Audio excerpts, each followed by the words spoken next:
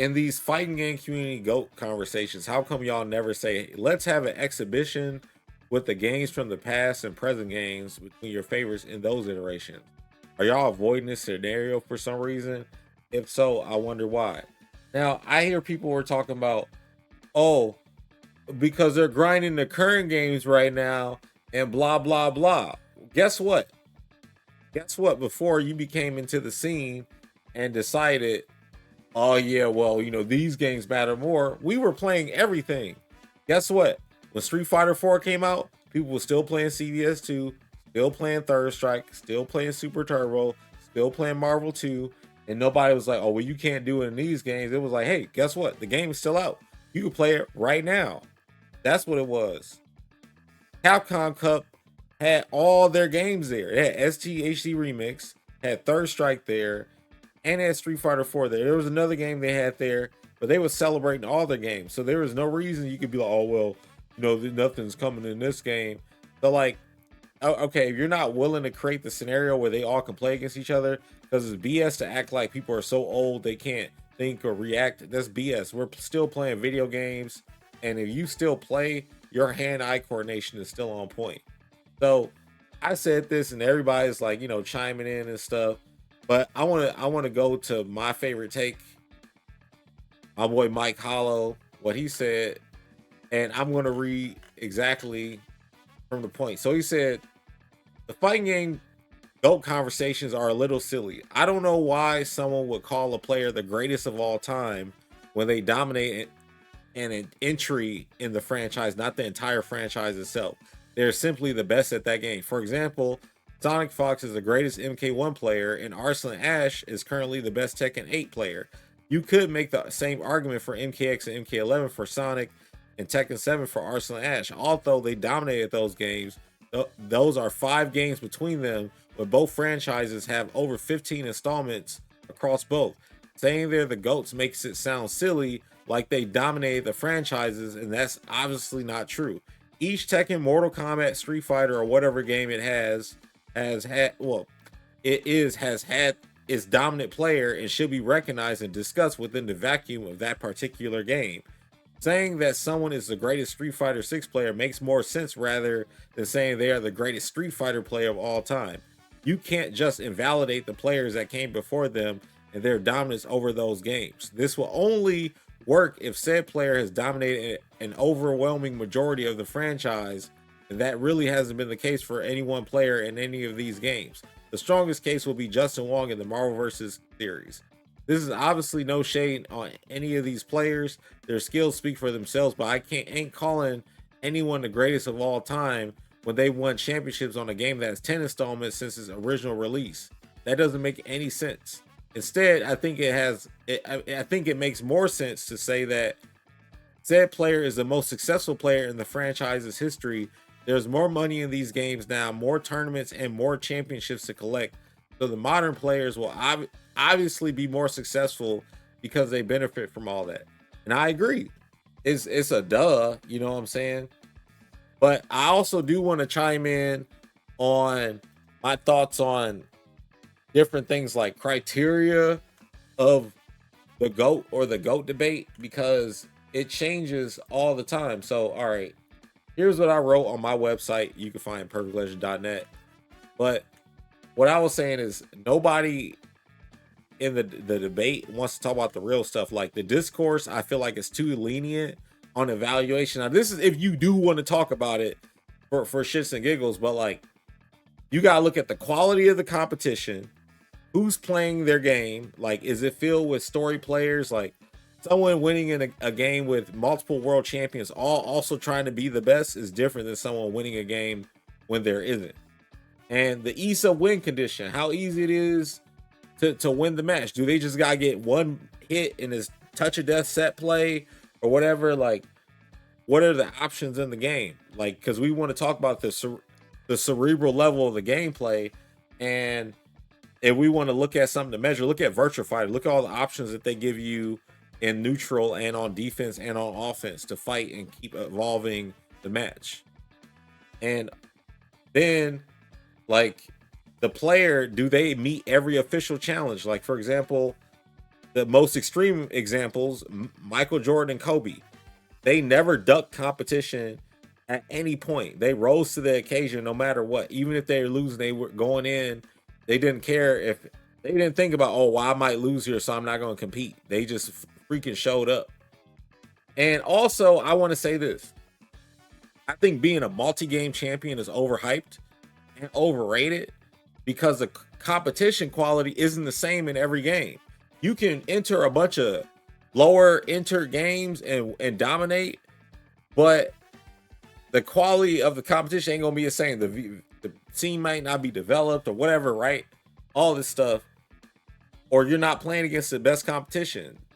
But instead, I of course I label out like, I think the deepest competition pool in like past and today's has always been in Street Fighter, Fatal Fury, or KOF, like SNK games. Tekken and Virtua Fighter have always had like really deep competition talent pools with story players that's been around forever. So even though being a multi-game champion is impressive, I think using these games as a guideline, like, so, you know, just for argument, somebody like Xiaohai tips the scales on this. Like Ryan Hart tips the scales. His Virtua Fighter and Tekken placements alone at Evo, you know what I'm saying? For Xiaohai, he's winning EWCs and stuff. Then you got Meno, who just won all these Street Fighters. I'm talking about, like, you know, multi-game champions. Like, all right, well, if you got Street Fighter, Fatal Fury, or KOF, you know, all these, it's like, it means more to me. Like, I think being great is all about the feat of how you got there. And yeah, like, enter all's games, it doesn't match the above if it's not these games. But it sounds and looks good though. Like, yeah, I won this game and that game, but who did you beat? You know what I'm saying? And then I saw a discourse on you got to keep playing or you fall off the rankings. Like, and I know people don't like using sports, but I'm using sports. Jordan does not have to keep playing to fall off the rankings. You have to just outdo what he did. That's what it is. That's why we have high scores. When you place a high score in like an arcade game, if you don't beat that high score, it doesn't say, well, you placed a bunch of high scores under that high score. So no, you didn't beat the high score. But that's my take on it. As far as the GOAT debate. And I know I made that post where what was it, Saint? It was a quote post, and I think people are misinterpreting what I'm saying, trying to think I'm punching down on that scene, the Saudi Arabia and Pakistan scene. I'm not doing that. First off, I think they are godlike, and I'm not saying, oh, you know, Saint or that they're weak or something like that. I am pointing out the narrative that mostly in a fighting game, and when I say commentary, I'm not singling out any commentator. I'm talking about the commentary of everybody talking around this topic on Twitter, on everything, right? So I was like, I saw this post by Federer, and he was saying no one can beat, like, basically currently no one beat Saint from the top Saudi players, and Luffy is the last player now. And I'm just saying, like, hey, look, I thought the level of play was so much higher now. This, you know, this does not go with the FGC narrative. It actually shatters it.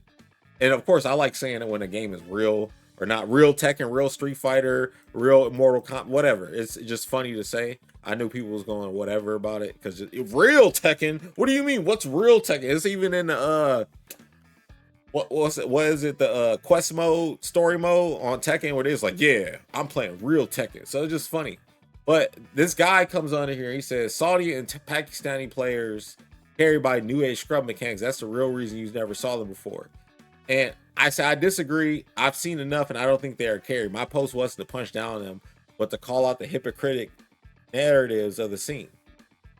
That's all that was. I think they're good because obviously, like they've been playing this whole time. This is no doubt in my mind they will be good at Tekken 6. That's I know when they started. Like Arsenal was playing heavy during that time, and then he was given that in his history. So I don't doubt it. And they play Tekken just as well as anybody else. Like I see people talking about, well, we got Pakistani Tekken and we got the Korean Tekken style. There's a correct way you play fighting games in general, and they're just doing it. That's it. There's no, well, they're jabbing differently or whatever. It's like, no, they're just playing optimally. They know when not to overextend. Is playing like the most balanced game that you can play. So I think that's what that is. But yeah, that's where I was going when I was talking about all of that. People were just like, "Oh no, you're punching down." No, I'm punching down on the hypocrites that always want to punch down on the past and stuff. I'm not talking shit about the new players.